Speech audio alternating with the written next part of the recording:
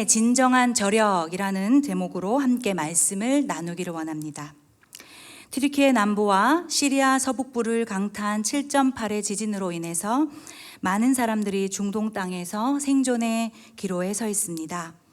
이 가슴 아픈 소식을 통해서 함께 기도하고 도와줌과 동시에 우리도 우리의 인생의 흐름을 한번 잘 생각해 보아야 합니다. 또 더불어서 우리가 인생을 보낼 때 누구와 함께 해야 하는지도 고민해야 합니다.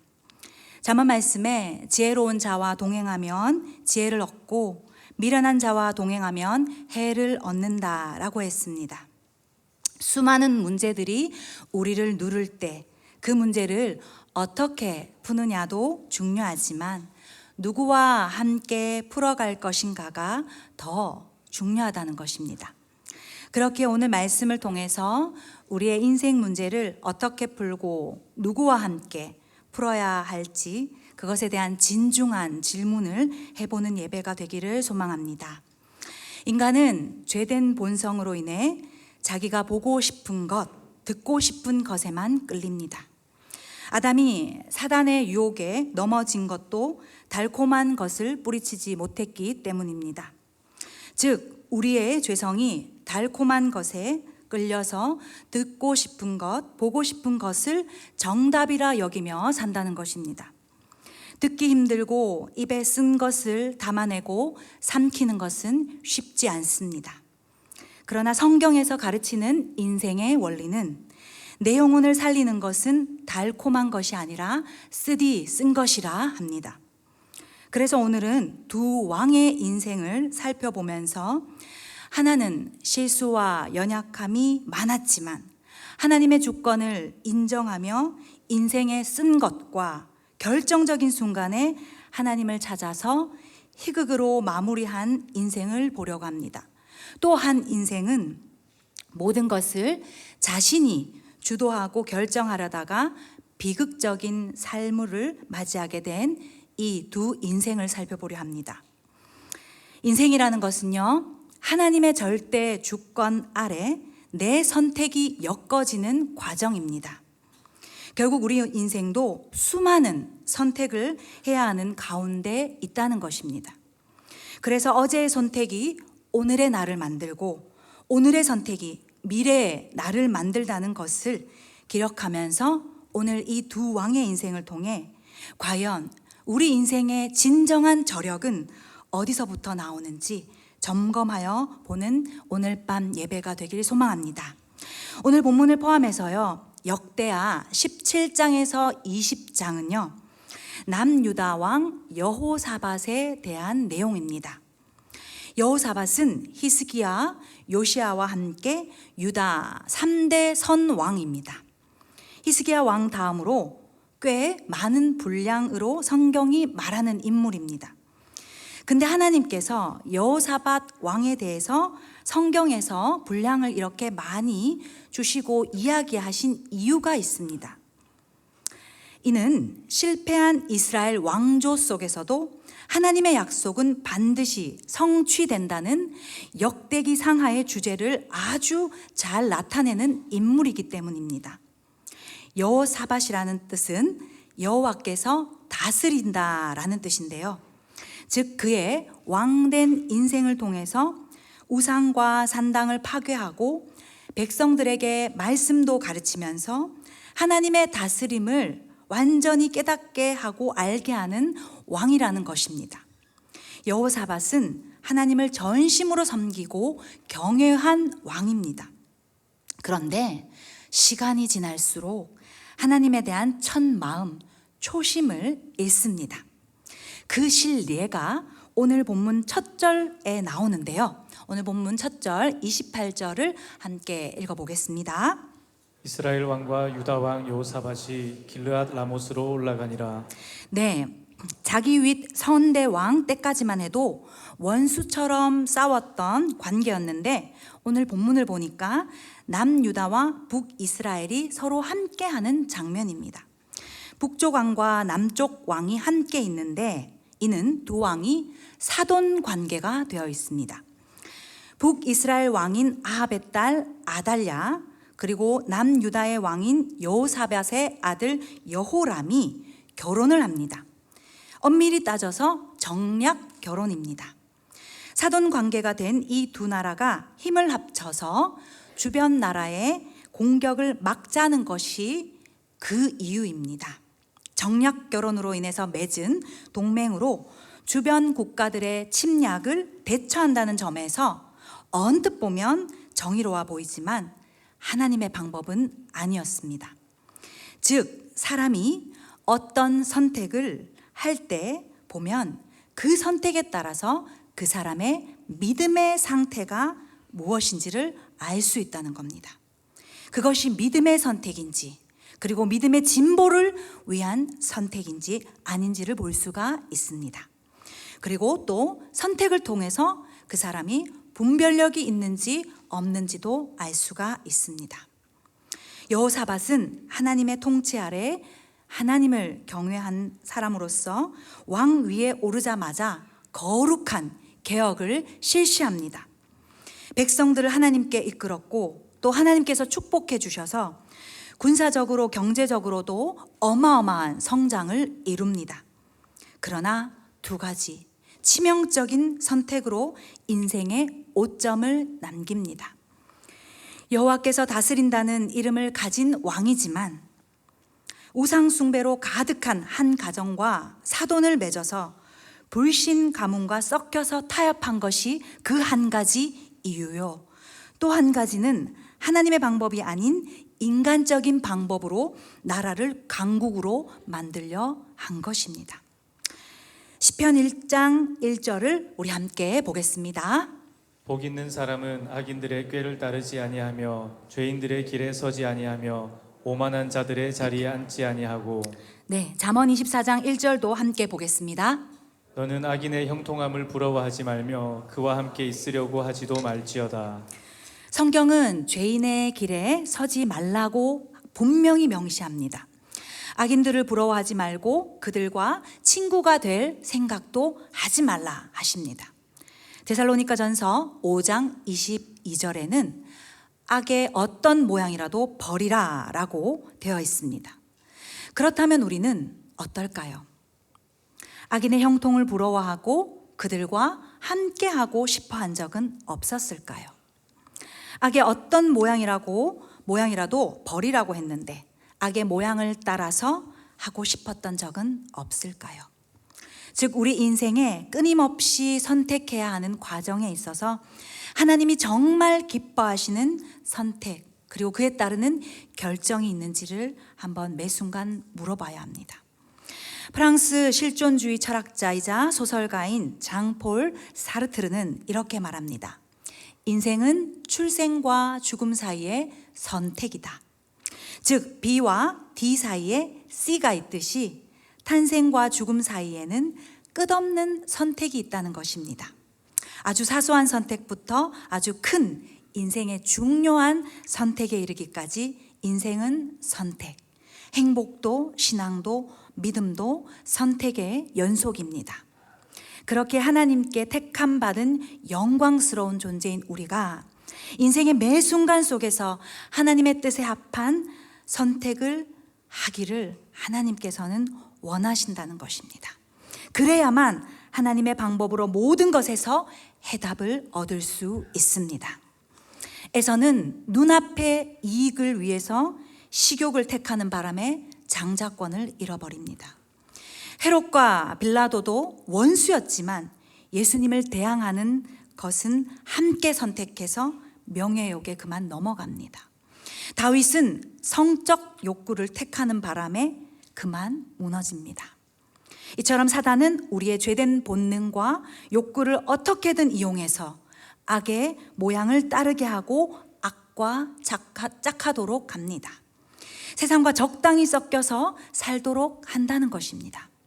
그렇게 이 혼탁한 시대 가운데 더욱 깨어 있어서 악과 악의 모양을 분별하고 믿음의 선택을 하는 우리 모든 대응의 가족 여러분 되기를 소망합니다.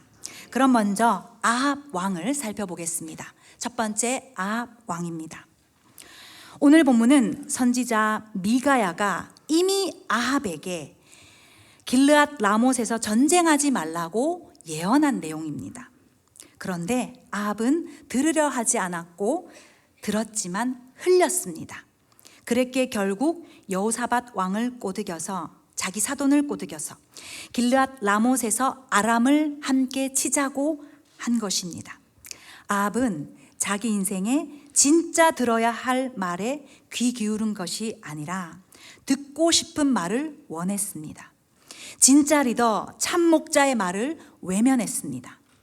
그렇게 하나님이 세우신 리더의 가르침을 받지 못했습니다. 믿음의 지도를 받지 못했습니다. 자기 인생의 모든 것을 자기가 주도하고 선택하고 결정했기에 그의 인생 최후는 비극이 됩니다. 그는 사실 이스라엘 왕들 중에서도 정말 강력한 리더십을 발휘했고 군사적으로 경제적으로 태평성대를 누렸습니다. 그러나 이스라엘 역사상 가장 지독한 우상 숭배의 문화를 퍼뜨리고 아내와 함께 하나님의 사람을 핍박합니다. 또 하나님이 세우신 지도자의 가르침을 듣지 못해서 기회를 족족 놓칩니다. 끝까지 자기 욕망을 위한 삶을 선택한 것입니다. 길르앗 라못 전쟁이 어쩌면 아합 인생의 마지막 전쟁이라는 것은 이미 예고된 결말이었는지도 모릅니다. 실제로 이 전쟁을 앞두고서 여러 선지자들은 아합에게 전쟁에서 이길 것입니다 라고 했습니다. 그러나 참 선지자 미가야만 전쟁을 하지 말라며 그의 최후에 대해 예언한 것은 아마도 아합에게는 뭔가 찝찝하게 한 것 같습니다. 오늘 본문 29절 다시 한번 보겠습니다. 이스라엘 왕이 여호사밧에게 이르되 나는 변장하고 전쟁터로 들어가려 하노니 당신은 왕복을 입으소서 하고 이스라엘 왕이 변장하고 둘이 전쟁터로 들어가니라. 네, 이 장면은요, 아합이 전쟁을 앞두고서 변장해야겠다고 마음 먹는 장면입니다. 사돈인 여호사밧은 왕의 옷을 입고 그대로 전쟁에 나가라 하면서 아합 자기는 일반 병사의 옷으로 위장해서 왕이 아닌 것처럼 숨어 있겠다는 것입니다. 자기만 살기 위해서 자기 신분을 감추는 인간적인 방법을 쓴다는 것입니다. 사실 옛날 전쟁에서는 위험한 상황에 왕의 충신들이 왕을 살리기 위해서 일부러 옷도 바꿔 입고 적들을 유인하기도 했습니다. 그런데 아합은 전쟁이 시작되기도 전에 자신을 지키려고, 자기를 지키려고 옷부터 바꿔 입는 인간적인 방법을 사용합니다. 참 비겁한 장면입니다. 나만 잘 되겠다고 상대방을 속이고 또 내 것만 지키겠다고 세상적인 방법을 끌어다가 쓰며 계획하는 것이 하나님 앞에서 저는 이 장면을 보면서 계속해서 눈 가리고 아웅하는 것 같다라는 느낌이 들었습니다. 자기 인생을 지키기 위해서 온갖 힘을 주는 그 발버둥이 오히려 인간의 바닥을 보게 합니다. 이제 전쟁이 시작됩니다. 30절 다시 한번 보겠습니다. 아람 왕이 그의 병거 지휘관들에게 이미 명령하여 이르기를 너희는 작은 자나 큰 자나 더불어 싸우지 말고 오직 이스라엘 왕하고만 싸우라 한지라. 네, 아람 왕이 명령 내립니다. 군대 지휘관들에게 아합을 잡아서 집중 공격해라 라고 왕이 명령합니다. 전쟁은 매우 치열합니다. 아합을 찾던 한 아람 군대 지휘관이 왕의 옷을 입은 여호사밧을 발견했습니다. 그리고는 그가 아합인 줄 착각하고 그를 죽이려 합니다. 그런데 이때 여호사밧 왕이 기겁함으로써 자기의 모든 왕의 체면을 다 내려놓고 막 소리칩니다. 그 소리에 오히려 아람의 지휘관들이 아합이 아닌 줄 알고 즉시 여호사밧을 떠나게 됩니다. 하나님께서 개입하셨고 도우신 것입니다. 인생의 여러 가지 실수로 오점을 남긴 인생인데도 하나님께서 돕겠다고 결정하시면 도우신다라는 것을 우리는 믿어야 합니다. 그런데 그 뒤에 더 특이한 장면이 나옵니다. 오늘 본문 33절과 34절을 읽겠습니다. 한 사람이 무심코 활을 당겨 이스라엘 왕의 갑옷 솔기를 쏜지라. 왕이 그의 병거 모는 자에게 이르되 내가 부상하였으니 내 손을 돌려 나를 진중에서 나가게 하라 하였으나 이날의 전쟁이 맹렬하였으므로 이스라엘 왕이 병거에서 겨우 지탱하며 저녁 때까지 아람 사람을 막다가 해가 질 즈음에 죽었더라. 네, 아람 군인 한 명이 그야말로 전쟁 중에 우연히 활을 쏘았습니다. 치열한 전쟁터에서 막 당황해서 쏜 화살입니다. 본문은 그 화살을 가리켜서 무심코 쏜 화살이라고 합니다. 그런데 우연이라고 하기에는 무심코 쏜 화살이 아합을 정통으로 맞춘 것입니다. 하필이면 일반 병사로 변장한 그의 갑옷 솔기에 맞춥니다. 솔기라는 것은 가죽과 가죽을 연결하는 이음새인데요, 갑옷에서도 가장 약한 부분입니다. 즉 그냥 막 쏜 화살 하나가 아합이 입은 병사의 옷에 가장 허술한 부분인 솔기 부분에 정확히 꿰뚫어서 아합은 치명적인 부상을 입게 되었고 결국에는 죽습니다. 무심코 쏜 화살 하나가 이스라엘 왕의 운명을 바꾼 것입니다. 한 나라의 미래를 바꿨습니다. 자기만 살기 위해서 변장하고 숨으려 했는데 튼튼한 갑옷 중에서도 하필이면 가장 약한 부분을 맞춰서 아합의 심장을 칩니다. 그렇게 성경은 이 사건을 통해 인간의 인생이 분명한 하나님의 절대 주권 아래 있음을 말하며 기록해 놓은 것입니다. 하나님께서는 아합의 인생을 분명히 미리 선지자를 통하여서, 참 지도자를 통하여서 알려주셨습니다. 그런데 끝까지 자기의 인생의 주도권을 자기가 쥐려 했습니다. 아무리 스스로 인생을 지키려 했지만 하나님의 섭리는 결코 바꾸지 못합니다. 자기 인생에서 자기가 듣고 싶은 말, 원하는 말만 하는 사람들과 함께 있으려 했지만 그들은 결코 아합의 인생을 책임지지 못한 것입니다. 이렇듯 하나님의 말씀은 하나님께서 정하신 때에 반드시 정확하게 이루어집니다.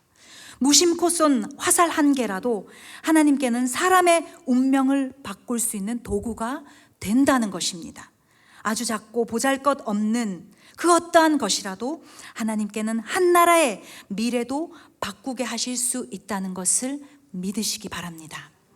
그렇게 우리가 아무리 위험 중에 바닥을 치는 상황이 있을지라도, 끝없는 터널을 지나가는 것 같아도, 내 모든 민낯이 드러나는 상황이 오더라도 그때 다시 일어나 하나님의 도우심을 구할 때 거기서부터 인생의 진정한 저력이 나오신다는 것을 기억해야 합니다. 자신을 감추고 속이며 문제를 피할 수 있는 숨을 곳을 찾는 데가 아니라 진짜 하나님의 뜻을 구하며 하나님께 나아갈 때 내 인생의 문제가 해결된다는 것을 기억해야 합니다. 내 인생과 영혼을 향한 기회를 주셨을 때 시간을 지체하지 않고 마음을 돌이켜서 하나님으로부터 오는 인생의 진정한 저력을 키워가는 우리 모두가 되기를 소망합니다. 두 번째는 여호사밧 왕을 살펴보도록 하겠습니다. 여호사밧은 미가야 선지자의 예언을 통하여서 하나님의 계획을 알게 되었지만 사돈인 아합의 부추김에 못 이겨서 결국에는 그와 함께 합니다. 유혹은 아주 달콤합니다.